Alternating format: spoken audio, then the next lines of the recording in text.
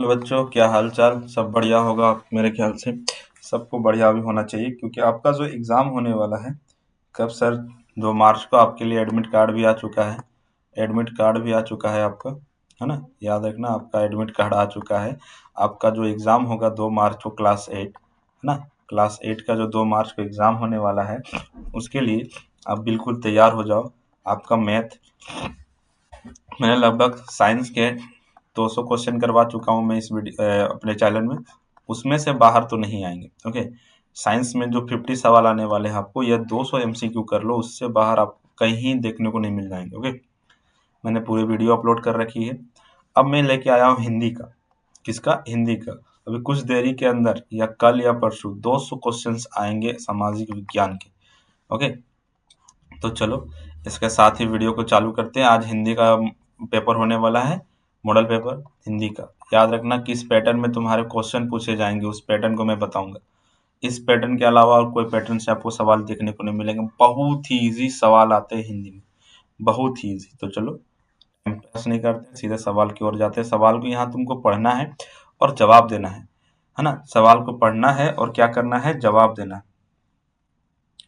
सवाल को पढ़ना है, जवाब देना है। दीपावली भारत का एक प्रमुख त्योहार है जिसे रोशनी का पर्व कहा जाता है। ये त्योहार कार्तिक माह की अमावस्या को मनाया जाता है। दीपावली भगवान श्री राम 14 वर्ष के वनवास के बाद अयोध्या लौटने की खुशी में मनाया जाता है। इस दिन घरों के दियों और लाइटों में सजाया जाता है। लोग अपने घरों की सफाई करते हैं, नए कपड़े पहनते हैं और स्वादिष्ट व्यंजन का आनंद लेते हैं। तो देखो, रोशनी का पर्व किस भारतीय त्योहार को मनाया गया है? तो रोशनी का पर्व दीपावली को मनाया गया है। दीपावली किस माह में मनाया जाता है? तो दीपावली कार्तिक माह में मनाया जाता है। अगला सवाल आता है, दीपावली का त्योहार किस घटना की खुशी में मनाया जाता है? तो दीपावली का त्योहार भगवान श्री राम के अयोध्या लौटने की तौर पे मनाया जाता है। कौन 14 वर्ष के वनवास में थे? तो राम जो थे 14 वर्ष के वनवास में थे। निम्नलिखित पदांश को ध्यानपूर्वक पढ़िए। प्रश्न 5 के 8 सही उत्तर का चयन करें। तो देखो, यहाँ तुमको ध्यान से पढ़ना है। जल ही जीवन का आधार है, बिना जल सूना हर संसार है। नदियों सरोवर को और ताल, इनमें ही हरियाली माल। बूंद बूंद को बचाना सीखो, जल संकट ने नाता तोड़ा। पेड़ लगाओ, छाव बढ़ाओ, धरती का श्रृंगार सजाओ। तो इसको पढ़ना है, फुल स्पीड में पढ़ना है, फुल स्पीड में जवाब देना है ना? तो पदांश के जल को देखो, पहला तो कैसे पैटर्न में आएगा, पैटर्न तो मैंने बताया नहीं। पहले तुमको ऐसे एक सब पढ़ने के लिए दे देगा, उसमें से बोलेगा 1 से 4 के सवाल दो। यहाँ से 4 नंबर उठा लोगे आप, 4 नंबर पक्के। आगे चलते हैं, यहाँ से फिर आगे जाओगे, फिर आपको पढ़ने के लिए देगा। यहाँ से आपको 3 नंबर मिलेगा, 7 नंबर पक्के। 3 और 4 कितना हो गया? 7 नंबर हो गया पक्का। अब यहाँ से पढ़ो और सवाल का जवाब दो। पदांश में जल को किसका आधार बताया गया है? तो पदांश में जल जीवन का आधार बताया गया है ना? फिर अगला सवाल आता है, किसके बिना संसार सूना है? तो जल के बिना संसार सूना है।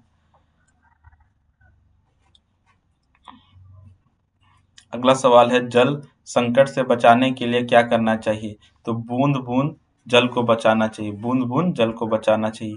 अगला सवाल है हमारा, धरती का श्रृंगार श्रृंगार किससे किया जाता है? धरती का श्रृंगार पेड़ लगा कर किया जाता है। लो सवाल हो गया। अब तुमको यहाँ से व्याकरण मिलेंगे, ऐसे ही तुमको जैसे खंड ख मिलेगा, खंड ख में 2 पद मिलेंगे, एक गदांश एक पदांश।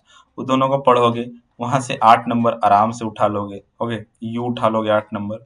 उसके बाद में जो करा रहा हूँ व्याकरण में वो कर लो, उससे आगे तो आएगा ही नहीं, है ना? यह रामबाण साबित है ये वीडियो।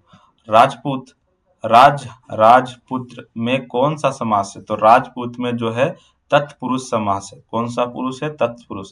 आशा शब्द का विलोम क्या है? आशा शब्द मतलब विलोम शब्द मतलब उल्टा, तो निराशा हो जाएगा। विद्यालय का संधि विच्छेद करो, मतलब विद्यालय को तोड़ लिखो। विद्यालय प्लस आलय, विद्या प्लस आलय, विद्या प्लस आलय क्या हो जाएगा? विद्यालय। क्या हो जाएगा? विद्यालय। विद्या प्लस आलय विद्यालय, है ना? सूर्य का पर्यायवाची शब्द सबको पता है, रवि होता है। अनुपस्थिति में शब्द में कौन सा उपसर्ग है? तो अनुपस्थिति शब्द में कौन सा उपसर्ग है? तो अनु। कौन है? अनु। नो दो गारो हो ना तुम्हारे मुहा, नो दो गारो सब सुना है। नो दो ग्रहो भाग जाना, क्या हो जाना? भाग जाना, दौड़ना नहीं, भाग जाना। पंकज का अर्थ हो, पंकज का अर्थ हो सकता है पंकज। पंकज मतलब क्या? कमल। नायक का स्त्रीलिंग, देखो जो जो कर रहा हूँ ऐसे ही आएगा, बस कुछ चेंजिंग है। नायक का स्त्रीलिंग रूप क्या होगा? नायिका। क्या हो जाएगा? नायिका। गंगा नदी बहुत पवित्र है, इस वाक्य में जातिवाचक संज्ञा कौन सा है? तो नदी। कौन सा है? नदी। उसने मुझे मदद मांगी, उसने मुझसे मदद मांगी, तो ये कौन सा शब्द है? उसने। याद करो, हम किसी का नाम ना लेके उसमें लगाते हैं तो कौन सा हो जाता है? सर्वनाम हो जाता है। तुम बहुत अच्छे गाते हो, तुम बहुत अच्छे गाते हो, वाक्य में कौन सा शब्द क्रिया का बोध कराता है? तो तुम। गाते हो क्या हो जाएगा? गाते। क्रिया का बोध कराता है। वाक्य में संख्यावाचक विशेषण का शब्द का चयन करें, वो एक समझदार लड़का है, तो यहाँ में से कौन एक? संख्यावाचक। संख्यावाचक मतलब गिनती, तो एक हो जाएगा। अगला, फिर पढ़ना है फिर जवाब देना है। फिर पढ़ना है फिर जवाब देना है। यहाँ महात्मा गांधी के असामयिक आंदोलन के बारे में बताया गया है, उसमें से बस की यात्रा के पाठ को उठा के रखा गया है। आपको यहाँ से पढ़ना है, जवाब देना है। अब क्या ही बताओ यार, इतना आसान है।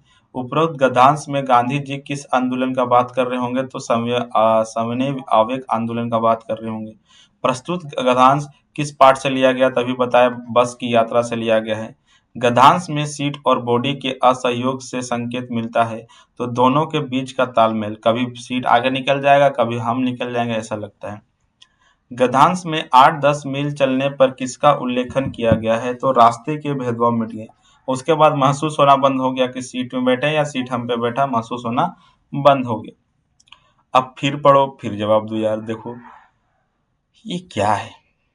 चाह नहीं मैं सुरबाला के गहने में गुथ जाऊं, चाह नहीं प्रेमाला में बंधी प्रेम को ललचाऊं, चाह नहीं सम्राट के सिर पर है हरी डाल जाऊं, चाह नहीं देवी के सर पर चढ़ू भाग इठलाऊं, मुझे तोड़ लेना ए वनमाली उस पथ पर देना तुम फेंक, मृत भूमि का शीर्ष चढ़ाने जिस पर जावे वीर अनेक, जिसमें आर्मी लोग जाएगा, मरते मरे हुए शहीद, मरे नहीं बोलते भाई, शहीद आर्मी को लोग जाएगा, उस पे आप मुझे डाल देना।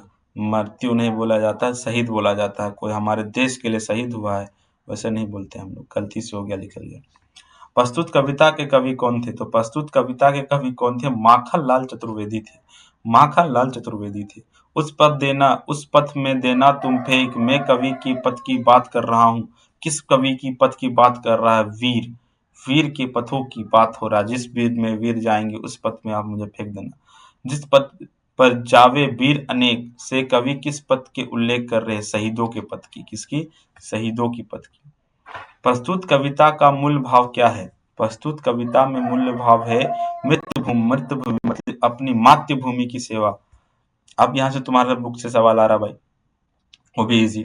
छोटा जादूगर अपने माँ के लिए क्या ले जाना चाहता था? तो पाइथ्य ले जाना चाहता था। मित्र पाठ के लेखक कौन है? तो मित्र पाठ के लेखक जो है रामचंद्र शुक्ला है। कौन है? रामचंद्र शुक्ला। पूर्व पूर्वी चलने के बटोही बाट की पहचान कर ले, इससे बटोही किसके पथ में बात हो रहा है? जो ये कहानी है तुम्हारे 8 क्लास के बुक में, पूर्व चलने के बटोही बाट की पहचान कर ले, किससे पृथक। लेखक के भाई साहब उनसे कितने साल बड़े थे? तो 5 साल बड़े थे। लेखक के जो भाई साहब थे उनसे कितने साल बड़े थे? तो 5 साल बड़े थे। लेखक और उसके बड़े भाई कहाँ रहते थे? तो लेखक और उसके बड़े भाई हॉस्टल में रहते थे। अशोक का शस्त्र त्याग कैसी रचना है? तो अशोक का शस्त्र त्याग है ना, एकांकी रचना है।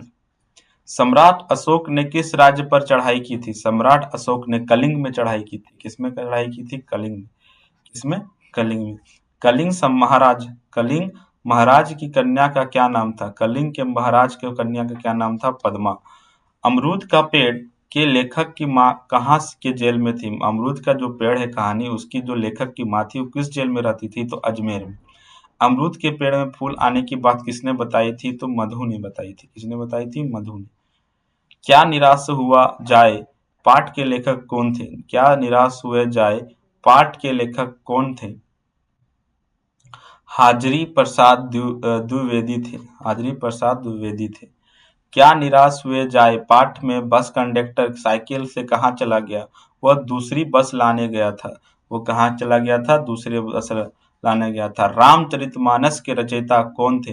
तो रामचरितमानस के रचयिता तुलसीदास थे। कौन थे? तुलसीदास। जयपाल सिंह मुंडा का जन्म किस गांव में हुआ था? तो तापकरा में हुआ था। कहाँ हुआ था? तापकरा। बस की यात्रा पाठ कैसी रचना है? बस की यात्रा की पाठ कैसी रचना है? तो एक व्यंग है। क्या है? व्यंग है। हुंडरू का जल, हुंडरू का झरना कहाँ है? ये तो सबको पता है कि हुंडरू का झरना रांची की तरफ है। बूढ़ी पृथ्वी का दुख कविता की कवित्र कौन है? बूढ़ी पवित्र के पवित्रता की कविता के कौन लेखक है? तो बूढ़ी पृथ्वी का दुख है, उस कविता के लेखक कौन है? तो निर्मला पुतुल थे। कौन है? पुतुल है। काशी विश्वविद्यालय में प्रवेश करते ही दाई तरफ क्या है? तो सर सुंदरलाल अस्पताल है। सर सुंदरलाल अस्पताल है। वीर जननी का पुरस्कार किसे मिला है? सरदार सुब्रमण्यम को मिला है ना? किसके बुआ आईएएस बन गई थी? तो सुबांग की बुआ आईएएस बन गई थी। बिहार के मधुबनी इलाके में अकाल कब हुआ था? तो 6वीं शताब्दी में अकाल हुआ था। कौन से तालाब में लोग अपने अपने क्षेत्र का थोड़ा पानी लाकर मिला देते हैं? तो बिंदु सागर। बिंदु सागर है ना, इस जगह पे मिला देते हैं। तो बताओ यार, इतने आसान सवालों को आप कर नहीं पाओगे। 4 गद्यांश दे रहा है, उसमें आपको पढ़ना है, लिखना है। 16 17 20 नंबर तो आप ऐसे ही उठा ले रहे हो, और 30 नंबर 10 नंबर व्याकरण, 20 नंबर बुक से। अगर आप इस वीडियो को देख लेते हो तो व्याकरण और बुक के तो सवाल ही आपके निराले हो जाएंगे। अभी मैं और अब वीडियो अपलोड्स करूंगा। अभी 2 तारीख का एग्जाम है, 2 तारीख को आप तहलका मचा के आओगे। क्या मचा के आओगे? तहलका। तो चलो, इसी के